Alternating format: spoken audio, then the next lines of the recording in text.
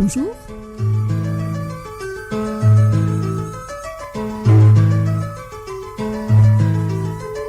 Épectase, les sciences au pastel.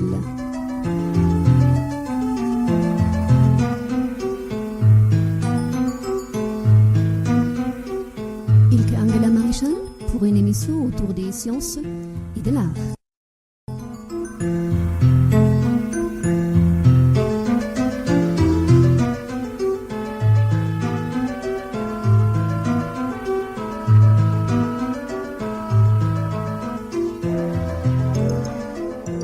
Aujourd'hui, Épectase invite à un dialogue, à un débat autour du thème « Y a-t-il une vérité ?»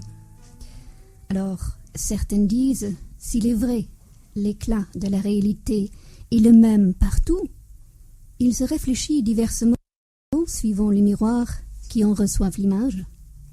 La vérité apparaît différemment dans ces différents pays, aux différents âges, selon les matériaux vivants, d'où ces symboles ont été façonnés. Et le poète enchaîne « La vérité ne sait si elle s'appelle mirage ou miracle de la vie. Si l'un meut le monde du dedans et l'autre l'agite du dehors, les deux pourtant opèrent du même lieu et se remplacent mutuellement.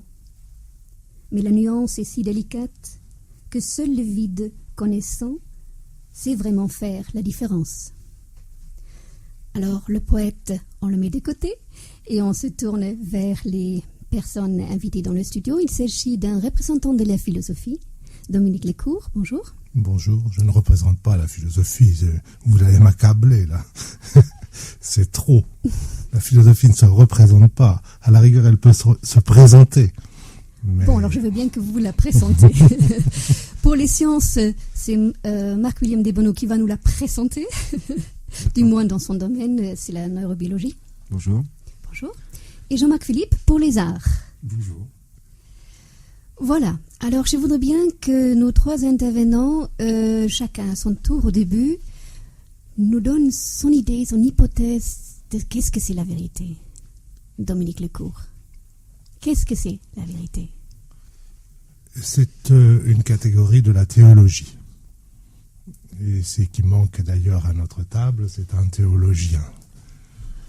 D'ailleurs, on ne parle de la vérité que dans un silence religieux, et quand un philosophe veut faire effet, mais du mauvais effet, c'est-à-dire de l'effet de soumission sur ceux qui l'écoutent, il brandit ce grand mot avec toutes les majuscules qui conviennent.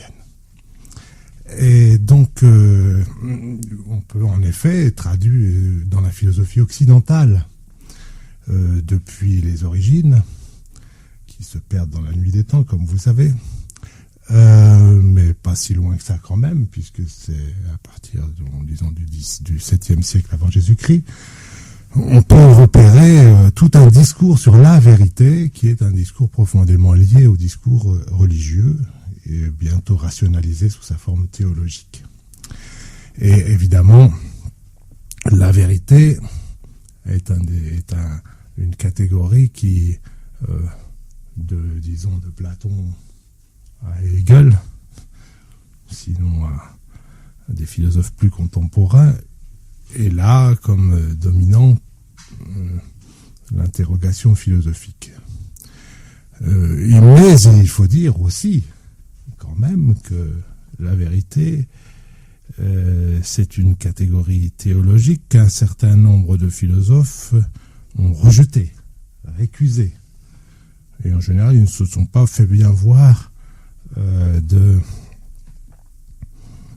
leurs collègues et des autorités établies. Donc il y a en gros, on peut dire que dès le début, il y a un certain nombre de philosophes qui ont manifesté leur rejet de la catégorie de la vérité. Car je réponds à la question que vous m'avez posée, qui n'est pas tout à fait celle qui figure dans le titre de l'émission. Nous allons finir. Et donc, il y a ceux-là, ce sont en gros tous ceux qui ont flirté avec le scepticisme. Or, il me semble que, alors de façon ou d'une autre, les grandes philosophies sont toujours des philosophies qui prennent le risque du scepticisme et qui prennent le risque de se mettre un peu en question cette catégorie majestueuse de la vérité qui est supposée unifier toutes les, non seulement les connaissances, mais aussi les croyances, mais aussi les règles de l'action humaine. En vérité, je vous le dis quoi? Il faut faire ceci ou cela. Donc, je pense que c'est une notion inesquivable. Alors là, justement, la question est de savoir pourquoi, avec cette régularité, cette constance, cette puissance, cette catégorie s'est imposée dans la pensée occidentale. Et puis, comment on peut, en somme, transiger avec elle pour qu'elle ne soit pas une pensée de soumission, comme je disais tout à l'heure, mais soit au contraire, par le défi qu'elle lance, une incitation à penser plus largement et agir plus vigoureusement. Voilà la petite réponse que je pourrais faire à cette question impossible. Vous avez bien amené d'ailleurs à Marc-William Desbonneaux en disant agir autrement. Agir. Alors la science, elle agit. La science ne réfléchit pas tout autant peut-être que la philosophie. Son but est peut-être le service de la pensée. Alors pour notre neurobiologiste... Bien sûr, cette question est tout à fait difficile pour un homme de science. Et je ne pense pas que la science ne réfléchisse pas aux conséquences de ses actes. Mais disons qu'effectivement, elle est là pour agir et que on peut dire que grosso modo, il y a deux courants de pensée. Il y a un courant de pensée qui est déterministe et qui donc effectivement vise essentiellement à prendre la science comme avec un certain absolutisme, et un courant de pensée qui est beaucoup plus ouvert et qui vise effectivement à, au contraire, se défier de tout ce qui peut caractériser la science dans le sens d'une vérité absolue. Et je penche effectivement pour évidemment le deuxième pôle d'attraction, et on peut donner un exemple.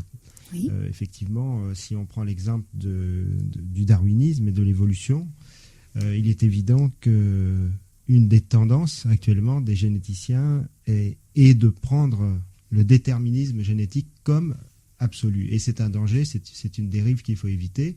Et là, justement, il y a beaucoup de scientifiques qui ne font pas de la philosophie, bien entendu, mais qui se gardent de prendre des positions trop tranchées quant à la vérité. Car ce n'est pas leur rôle. Ce n'est pas leur rôle de dire si c'est vrai ou si ce n'est pas vrai. Leur rôle est de démontrer un certain nombre de faits, effectivement, qui peuvent avoir des répercussions énormes par la suite. On en a des exemples extrêmement nombreux, que ce soit en physique, en biologie, enfin dans tous les niveaux de la science. Mais il faut effectivement se garder d'étendre et surtout de se prendre pour celui qui va donner la bonne parole.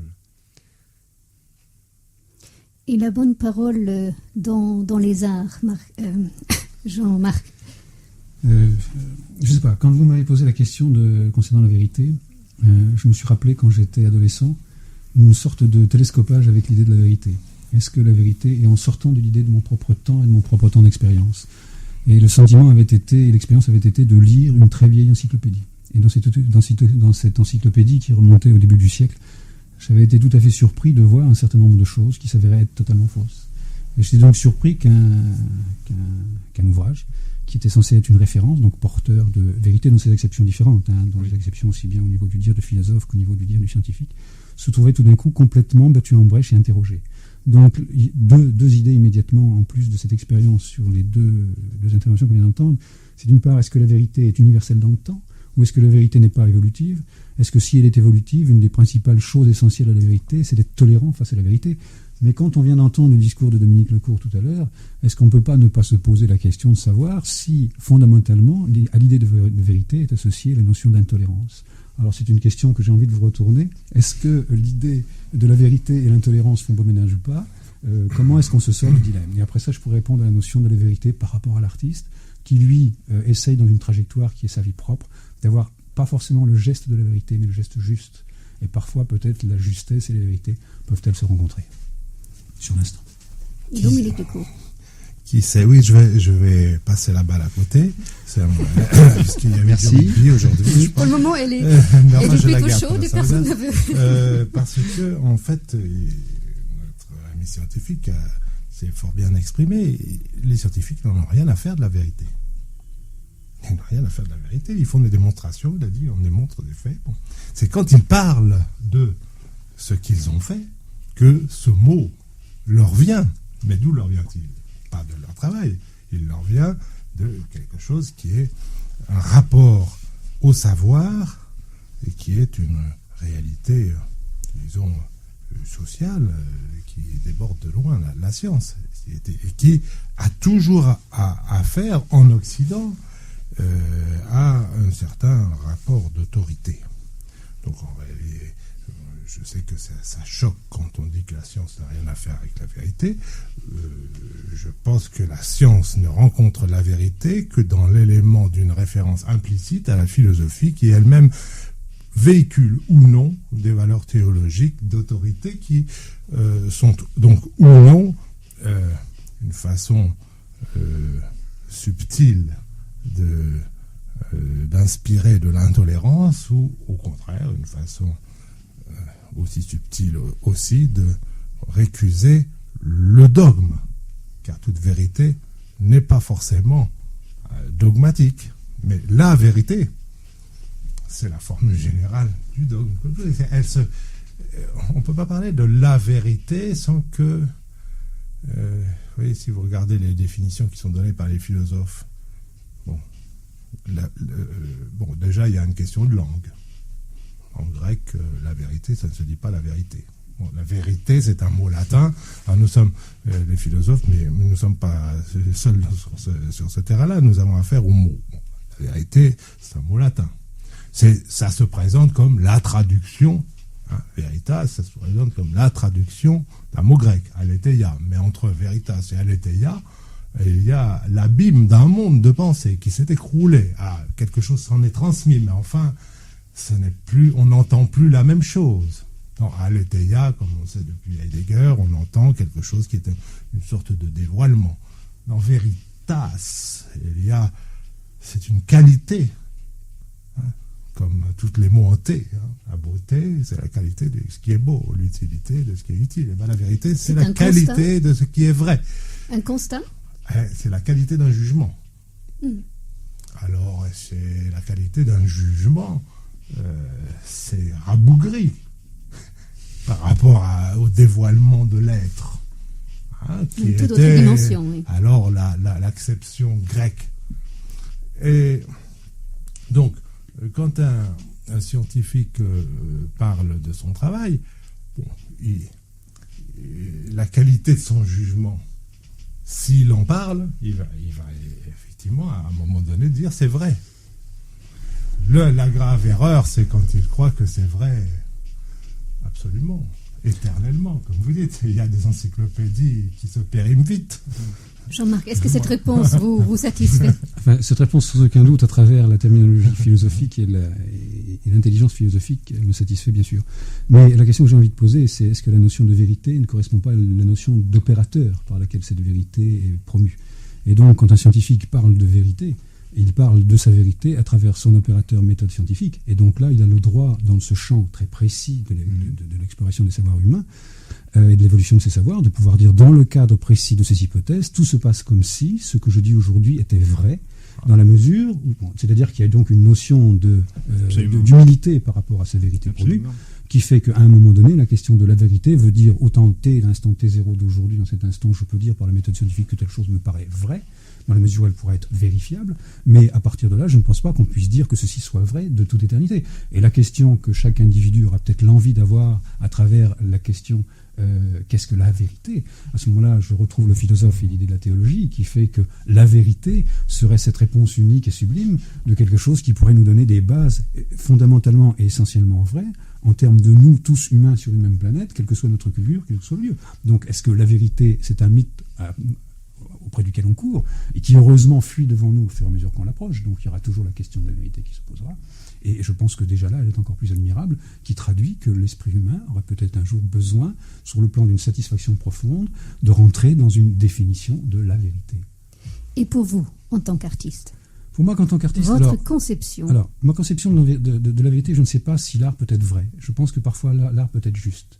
Et si l'art est juste, il passe par des conditions d'expression qui certainement sont conformes à l'instant. Quand, par exemple, je suis sensible à l'art grec ou quand je suis sensible à l'art égyptien, il y a probablement une justesse de ce qui s'est dit qui traduit une préoccupation de l'homme dont je suis aussi et qui me touche. Donc je dirais que pour moi, cet art égyptien est un art qui touche à la vérité de ce qu'est l'homme à un moment donné.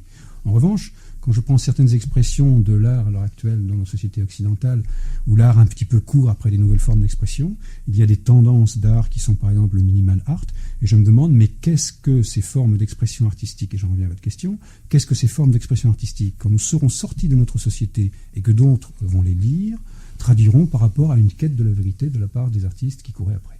Donc parfois, je pense que cette vérité est très ténue, cette vérité est très sur l'instant epsilonesque, qui traduit une vie, qui traduit une folie, qui traduit une quête, mais je ne sais pas si cette vérité a le droit d'avoir un V majuscule et de quelque part toucher le regard de nos descendants, et si le regard de ceux qui nous sont précédés existait, avait aussi le droit d'aller les ennuyer dans cette interrogation.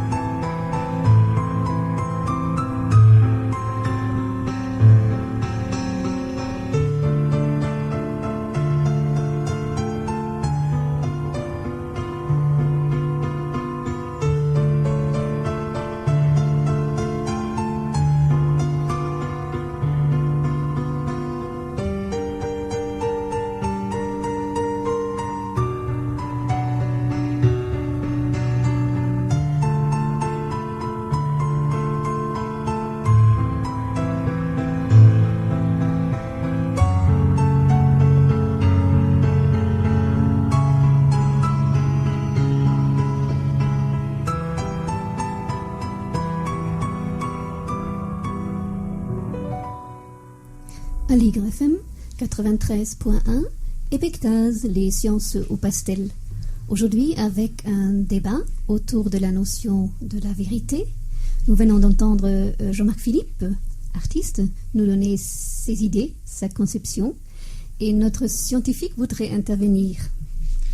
Oui, je voudrais dire par rapport à l'intervention de Jean-Marc Philippe, effectivement, qui me semble extrêmement juste, et il a employé d'ailleurs lui-même le terme de justesse par rapport au terme de vérité.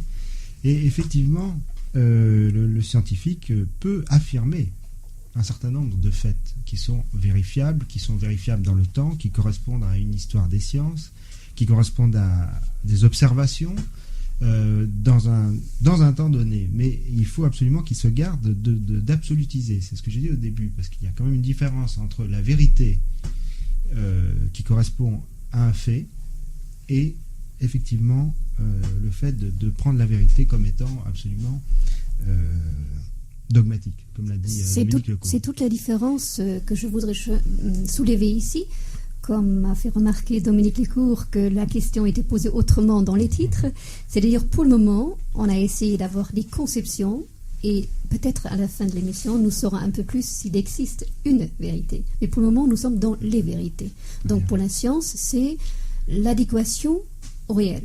L'adéquation c'est une réelle, notion de la scolastique, elle est très vieille celle-là. Oui, et elle doit, je pense, perdurer. Elle a son rôle à jouer. Ce qu'il ne faut pas, c'est qu'elle dépasse ce rôle, c'est-à-dire qu'elle prenne effectivement ces découvertes qui quelquefois sont effectivement majeures et remettent en cause des vérités acquises. Bien entendu, ce qu'il faut, c'est qu'effectivement elle puisse être humble. Et je pense que les grands découvreurs ont cette humilité-là, alors que ce sont quelquefois des découvertes effectivement qui remettent en cause, comme je viens de le dire, donc des faits acquis. Et il faut avoir beaucoup de courage pour remettre en cause des faits acquis. Alors je peux soulever une convergence alors entre l'art et la science comme étant une démarche pour trouver la justesse de l'acte de l'instant.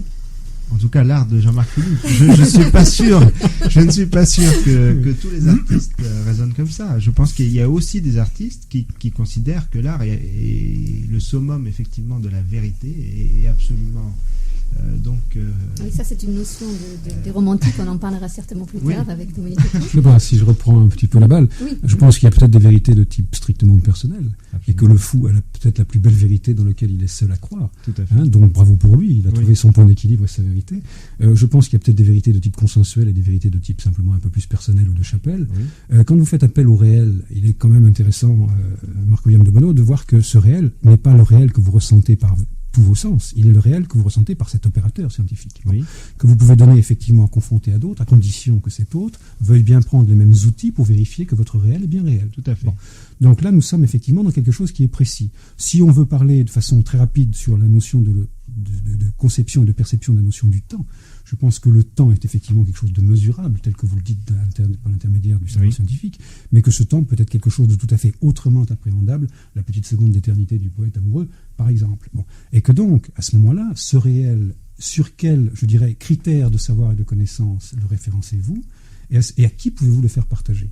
Voilà mes interrogations. Et je répondrai en termes d'art, ce qui fait quand même une très grande distance entre l'art et la science, c'est que quand je me trouve face, par exemple, à une sculpture, à une représentation du Bouddha, je ne sais pas ce qui est vrai là-dedans. Je sais que quelque chose est vrai. Mais je ne sais pas même le nommer. Je ne sais pas le nommer. Donc, à un moment donné, je ne peux même pas dire et transmettre à quelqu'un, je sais que là-dedans, je vois quelque chose qui est vrai, mais je ne sais pas où est ce vrai. Et je pense que si maintenant d'autres spectateurs du Bouddha, qui viennent de lieux différents, qu'ils soient d'Afrique, etc., vont trouver chacun du vrai, mais que leur vrai ne sera pas nécessairement celui qui était le mien. Et que donc cette question du vrai se pose, mais où est donc le vrai ? J'ai beau me retourner mes poches de droite et de gauche, je ne trouve jamais de vrai, parce qu'elle me fuit au fur et à mesure que j'espérais l'approcher. Et je suis mon principal ennemi du vrai, parce que je suis une structure évolutive, ambiante, vivante, et qui du jour au lendemain fait que ces vérités mûrent, et tant mieux.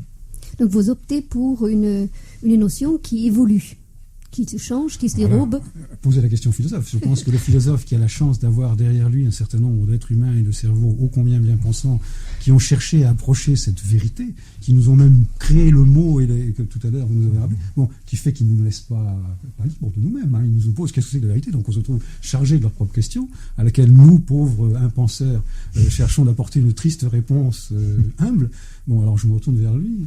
S'il vous plaît, veuillez nous dire ce que, après 20 siècles de belles, extraordinaires qualités de référence et de pensée, vous nous dites. L'humilité que vous maniez tous avec beaucoup d'entrain vous avez été le premier, est une vertu chrétienne estimable, mais qui n'est pas tout à fait dans mon registre. Et personnellement, je m'honore de m'adosser à des mal-pensants et non pas à des bien-pensants. Et ce que vous dites, l'un et l'autre me rappelle effectivement plutôt des penseurs bien pensants que les mal pensants. Comme je vais attaquer franchement, là, parce qu'il faut quand même faire l'impossible Socrate. Ilke Maréchal a tout à fait raison. Vous avez défini la vérité scientifique dans des termes qui sont exactement ceux de saint Thomas d'Aquin, ce que quand même on a un petit peu mis en cause depuis quelques siècles, parce que vous comprenez, la vérité comme adéquation de l'intellect à la chose, ou de la vérité comme adéquation de la pensée au réel, surtout avec cette terrible catégorie de réel, sur laquelle je me permets humblement d'attirer votre attention, parce qu'elle a joué des tours aux plus grands esprits. Je pense que là, vraiment, on peut dire que c'est pas simplement une thèse philosophique comme ça, c'est une thèse philosophique qui donne une image de la connaissance qui est elle-même liée au désir de renforcer quelque accord entre la raison et la foi. Que vous ne vous en sortirez pas. Donc quand vous prenez cette bribe de système philosophique, et malheureusement souvent les gens vivent par bribes, avec des bribes. Vous avalez sans savoir l'ensemble du système. Et donc là, vous êtes sur une mauvaise pente, et il suffit qu'il y ait un esprit pervers, religieux, parce qu'ils sont toujours pervers, les esprits religieux, enfin, excusez-moi, il suffit qu'il y ait un esprit malin. Si vous le dites. Je vais dire un esprit malin, qui soit à côté de vous, et qu'il vous attirera chez lui. Et alors, bon. Je pense que il y a... je vais vous choquer. Je crois vraiment que la science ne s'occupe pas du réel, elle s'occupe de ce qui, dans ce qu'on appelle le réel, est le possible. Et quand je dis est le possible, c'est-à-dire elle essaye de solliciter les virtualités dans ce qui se présente à elle. Et c'est pas la même chose. Alors, c'est pas la même chose que de dire, alors les démonstrations sont vraies parce que il y a une sorte d'adéquation entre un réel et puis une pensée, connaissance. Voilà. Alors, donc, je pense que sur la notion de possible, mais les deux interlocuteurs devraient pouvoir, le virtuel, mais à condition de ne pas faire dans la mode, ils pourraient s'entendre, je crois. Bon, alors, je crois qu'après vous avoir entendu, Dominique, je prends la parole à la place du scientifique, mais qui va prendre la parole. Je la prendrai juste après. Oui. Parce que ce que je crois, c'est qu'il est évident que l'opérateur scientifique, dont je peux parler d'autant mieux que je suis en dehors de sa pratique réelle, donc j'espère en avoir un certain recul. Et l'ayant pratiqué moi-même il y a longtemps. Et donc, c'est que je pense qu'à un moment donné, ce réel, le scientifique omet de dire que par l'intermédiaire de son opérateur, qui est l'opérateur scientifique, il atteint un certain espace de ce réel, mais il ne prétend pas du tout atteindre la totalité du réel. Alors, soit l'esprit, je dirais infantile, entend que le réel dont parle le scientifique parle de la totalité du réel, soit celui qui a fait un peu de science, comme c'est mon cas, sait très bien que ce dont parle le scientifique et ce qui est atteignable par sa méthode est seulement ce qui est atteignable par sa méthode. De sorte que la notion du réel et de la vérité du scientifique est quelque chose qui devient, je dirais, une vérité totale au niveau du myope qu'est le scientifique, une vérité tellement efficace qu'il a complètement modifié nos pratiques alentours en termes d'humains. Donc on est forcé de croire dans sa vérité quand il nous parle du génome humain, quand il nous parle d'un certain nombre de molécules, de ça et là. Donc à un moment donné, cette vérité scientifique est opérante, mais elle est opérante comme l'est un myope parfois, quand il regarde un tout petit côté de la grande mosaïque, et qu'on est forcé de voir que son carreau de la mosaïque est bougé par la vérité qu'il manipule. Mais en aucun cas, la totalité de la grande mosaïque n'est décrite par le savoir scientifique. Ça me paraît à la fois une évidence totale, de la même façon qu'on a. Mais j'ai déjà trop parlé à vous.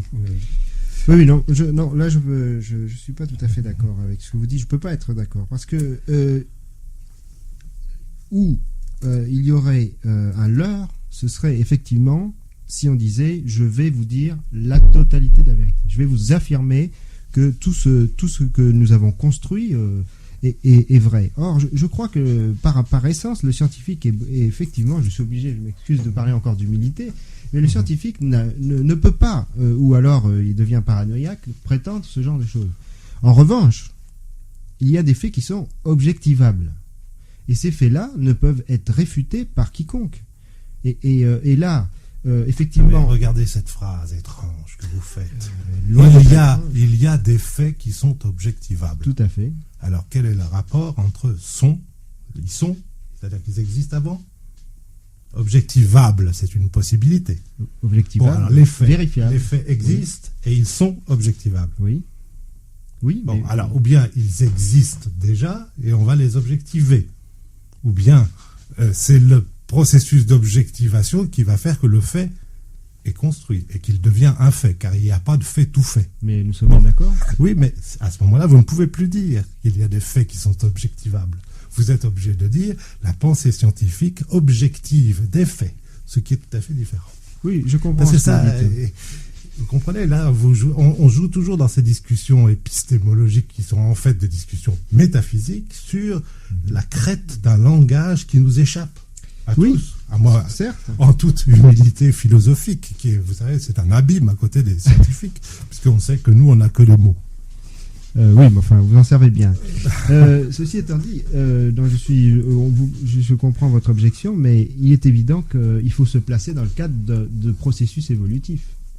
Il est évident que quand je dis qu'un pour l'évolution, tout à fait d'accord. Oui, mais non, mais justement, mais c'est là le fondement de la science, c'est d'essayer de comprendre les mécanismes de l'évolution et d'essayer de comprendre effectivement si effectivement il y a des systèmes génériques derrière ces mécanismes de l'évolution, s'il n'y en a pas, où ils vont, est-ce que éventuellement ils ont un sens? Et actuellement, il y a effectivement un gros pôle de scientifiques qui se posent ces questions. Du sens.